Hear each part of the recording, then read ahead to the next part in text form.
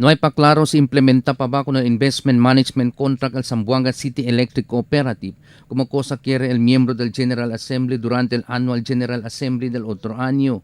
De entrevista con el portavoz del Zamboanga City Electric Cooperative o SAMCELCO este día, él le habla mucho pa cosa arregla antes implementar con el investment management contract. Right, okay.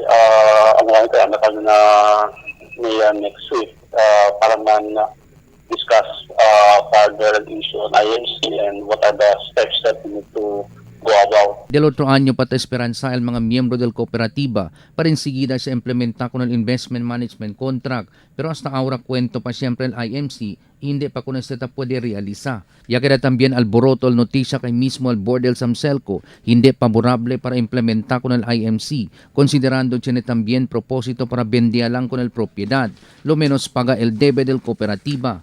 Asigun con Consal Charlie Mariano mismo el Consejo te espera el development del investment management contract, debe man fast track ya con el IMC el SAMCELCO, como tamira el Consejo este el solución, y hindi al vendida del terreno con el problema financial del cooperativa.